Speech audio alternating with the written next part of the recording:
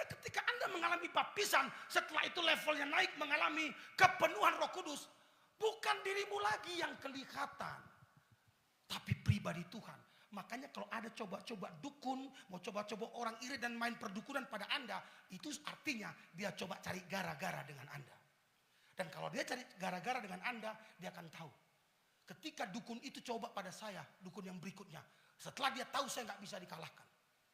Dan dia tahu bahwa saya nggak bisa dikalahkan. Sekali saya juga dikerjai. Saya dikerjai, mulai malam, jantungku ini seperti diperas. Sakit. Kukira aku sakit asam lambung. Aku belum mengerti nih. Kurasa aku terlambat makan. Tapi gimana bisa kena asam lambung? Aku nggak pernah terlambat makan. Waktunya makan, aku makan. Belum waktunya makan, aku sudah makan. Setelah jam makan, makan lagi aku. Tahu nggak apa yang terjadi?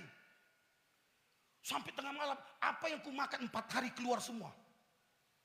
Sampai aku masuk ke kamar anakku. Kurasa mati aku malam ini. Kulihat anakku masih kecil-kecil. Tuhan, anakku masih kecil-kecil. Masuk ke kamarku, kulihat istriku tidur. Ku bilang, Tuhan, aku gak mau mati. Karena nanti kalau aku mati, istriku kawin lagi. Gak aku izinkan dia kawin lagi. Dan saya pun semangat. Menjelang pagi, sementara sore nanti saya harus melayani KKR Natal. Gak mungkin lagi di cancel. Demamku tinggi. Dan tengah malam aku sudah ke rumah sakit berobat. Gak mempan. Ku ambil gitar. Tuhan, ada apa ini? Ketika saya mulai bermain gitar penyembahan, dan aku tahu di sini nanti saya terangkan ya. Saya mulai berkata-kata dengan bahasa roh. Saya mulai berkata-kata dengan bahasa roh. Waktu saya mulai berkata-kata dengan Roh Kudus, Tuhan singkapkan siapa yang nyerang aku. Siapa? Setan kau, dia rupanya. Nah, langsung saya marah. Dalam nama Yesus, malaikat Mikael berangkat ke sana, habisi dia. Maksudnya bukan orangnya, setan yang menguasai orang itu. Dalam nama Yesus, dalam 15 menit lambungku beres, jantungku beres, demamku hilang.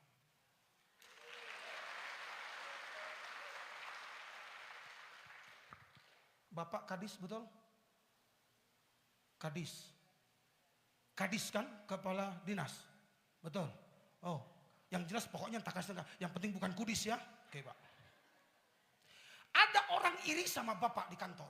Gak usah takut Pak. Bapak kerja yang benar, jadi pegawai yang benar. Selama Bapak hidup benar, siapapun gak bisa santet Bapak. Kenapa? Roh Tuhan ada pada Anda.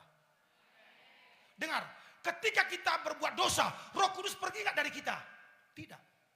Roh Kudus hanya pergi dari kita kalau kita usir dia keluar. Roh Kudus, aku gak menginginkan kau lagi dalam hidupku. Keluar.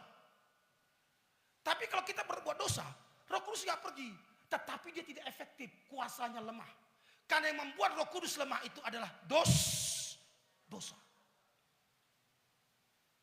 Jadi berkata-kata. Dan kedua, kelakuan berubah. Amin ya.